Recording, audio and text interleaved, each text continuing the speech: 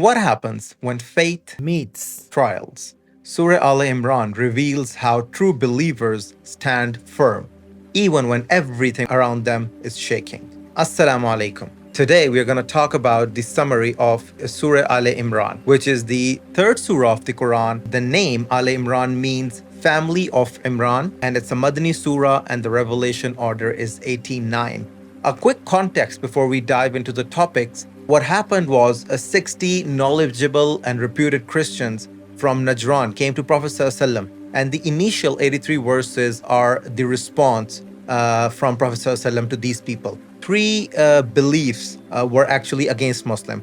The belief of Jews, belief of disbelievers, the mushrikeen, and the belief of Christians. They were all against Muslims.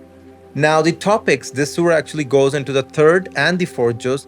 We have identified key topics from the third juz, which includes relationship of this surah with Al-Baqarah, 4 stories of Allah's miracle, argument of the Christian group, the 60 people that I just mentioned, and the agreement of Allah subhanahu wa ta'ala with the previous prophets.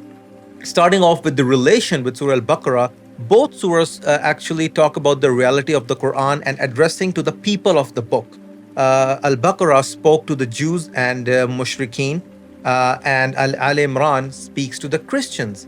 Now the 4 stories of Allah's miracle. Number 1, Prophet Isa alayhi salam, he was given many miracles. He was born without a father. It's a miracle. Prophet Isa alayhi salam spoke in the cradle. It's a miracle. Prophet Isa alayhi salam was raised alive. It's a miracle.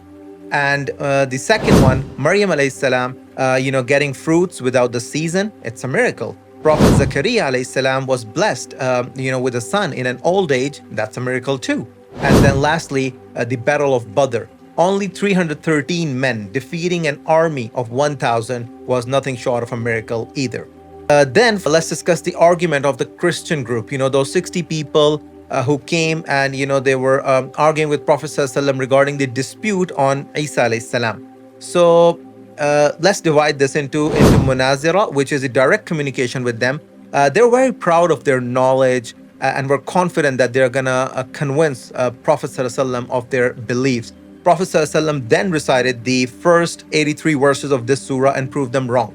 And then we have a term bahila, which literally means to beg Allah subhanahu wa ta'ala in supplication. And the word is derived from nabtahil, which is the word mentioned in the verse. And Prophet ﷺ actually told them to bring their families, and Prophet ﷺ will also bring his family, and then they will do mubahila to distort the liar.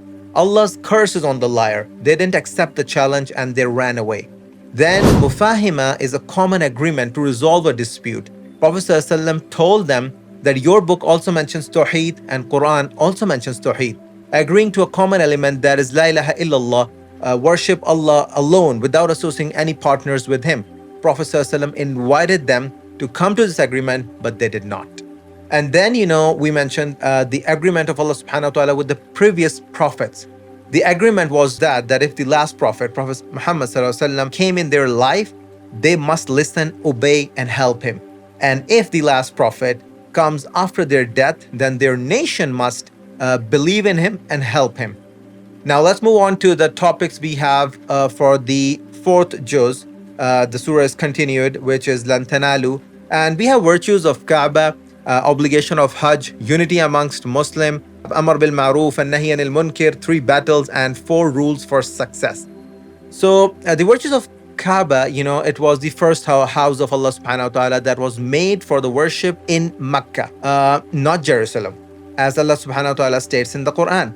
Guidance for all mankind. Prophet Ibrahim alayhi salam's spot, the stone on which Prophet Ibrahim alayhi salam stood and built the Kaaba, is there. Safa, Marwa, the 2 signs of Allah, the well of Zamzam, and peace, is found there. Whoever goes there finds peace. We are not allowed to fight there. We're not allowed to kill or hunt animals, except for the poisonous, animals and insects. Then the surah talks about the obligation of Hajj. It's obligatory on those who can bear the travel and its expense. Unity amongst Muslims. Allah subhanahu wa ta'ala told Muslims to unite together on his guidance and do not involve in disputes. Amr bil Ma'ruf and Nahi anil Munkar, asking to do good and stopping from the bad. That's a duty upon us. Allah subhanahu wa ta'ala said, "You are Muslims, the best creations made for mankind. You invite people to the good and you stop them from the bad." Three battles mentioned are Battle of Badr, Battle of Uhud, and Battle of Hamra ul-Asad. So right after the Battle of Uhud, Battle of Hamra al-Asad took place. A place called Hamra al-Asad, 8 miles from Medina. Prophet ﷺ waited there, but disbelievers did not show up, so no fight took place. A very profitable trade took place with a group who were passing by that area, and Prophet ﷺ distributed the profit amongst the Sahaba. 4 rules of success mentioned here. Be patient, O believers, asking each other to be patient, especially in war in front of the disbelievers, or being more patient than each other. Thirdly, be ready for jihad. And fourth, fear of Allah subhanahu wa ta'ala. If you have these 4 characteristics, these are very well considered the rules for success. That's it for Surah Ale-Imran. Stay tuned for the next surah. See you next time with Surah An-Nisa, inshallah.